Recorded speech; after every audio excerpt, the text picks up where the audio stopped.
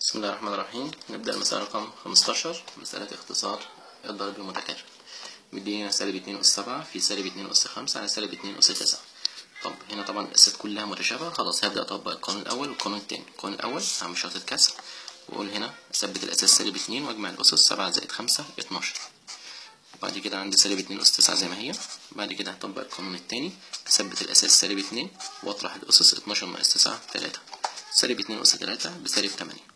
المسألة اللي بعدها دي رقم 15. مسألة رقم 16 هنا بيقول لي 5 أس 3 في سالب 5 أس 4 على 5 أس 5. هنا بقى الأسات غير متشابهة، في اختلاف في الإشارة.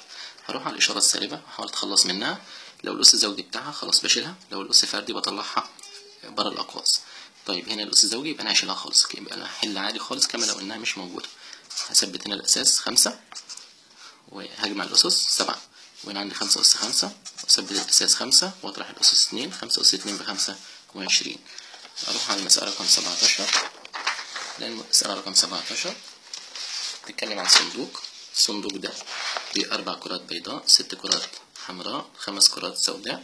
وعايز هنا احتمال إن يظهر لنا لو احنا سحبنا كرة من الصندوق ده بشكل عشوائي تكون بيضاء أو حمراء أو وهكذا. هنشوف بقى الإجابات. أول حاجة هجمع الكرات اللي عندي هنا، ال4 كرات وال6 كرات وال5 كرات، يطلع لي هنا المجموع 15. طيب احتمال سحب الكرة بيضاء، يبقى أنا هقول له الاحتمال ده هو عن شرط الكسر وحاطط المقام بتاعي 15، واروح على أعد الكرات البيضاء. عندي 4 يبقى 4 على 15. طيب ده رقم 1. رقم 2 احتمال ظهور الكرة حمراء، برضه نفس الكلام، المقام بتاعي 15 اللي هو مجموع عدد الكرات. واروح على الصندوق بتاعي عندي 6 كرات حمراء، يبقى له 6 على 15. دي تتبسط بالاسم على 3 فيها الاثنين وهنا فيها الخمسة. 3 احتمال سحب كرة حمراء أو سوداء.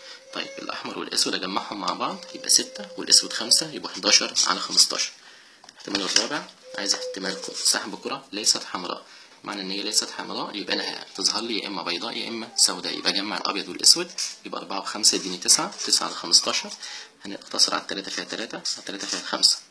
طيب احتمال سحب كرة زرقاء، طبعا ما عنديش لون ازرق خالص، يبقى في الحالة ديت ده حدث مستحيل وبالتالي هيبقى احتماله بيساوي 0. 6 احتمال سحب كرة ليست زرقاء. معنى ان هي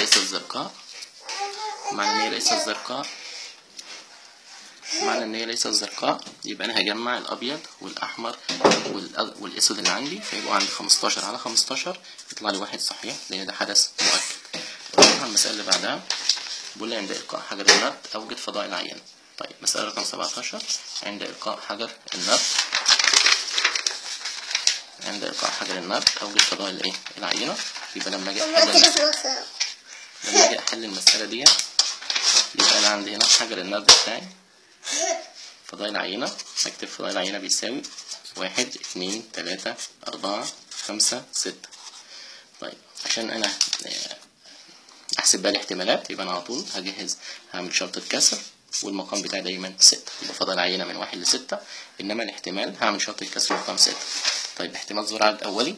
العدد الاولي عندي هنا في حجر النار 3 اعداد، الاثنين والثلاثة والخمسة، يبقى اقول له وبسطها تبقى نص. 2 احتمال ظهور عدد اولي فردي. الاولي الفردي هنا عددين بس، 3 و5، يبقى 2 على 6 اللي هي بتساوي ثلث. طيب احتمال ظهور عدد 5، انا ما عنديش الا العدد 5 مرة واحدة بس، يبقى انا اقول له 1 على 6 وجه واحد بس على عدد 5. بعدها احتمال ظهور عدد اكبر من او يساوي ال4. اللي اكبر من او يساوي ال4 هي ال4 نفسها، وال5 وال6 يبقوا 3 اعداد على 6 وبسطها تبقى نص. احتمال ظهور عدد 7، انا ما عنديش على حجر النرد العدد 7، يبقى ده حدث مستحيل احتماله بيساوي 0. احتمال عدد يحقق المتباينة 3 اصغر من او يساوي س اقل من 5. يبقى هنا عندي العدد اللي هتحط المتباينة دي الثلاثة نفسها لأن عندها يساوي، اللي ما بين الثلاثة والخمسة اللي هو ال4، يبقى أنا عندي عددين. طيب يبقى في الحالة ديت يبقى عندي عددين، يبقى الاحتمال هنا بيساوي 2 على 6 ومبسطة تبقى تلت.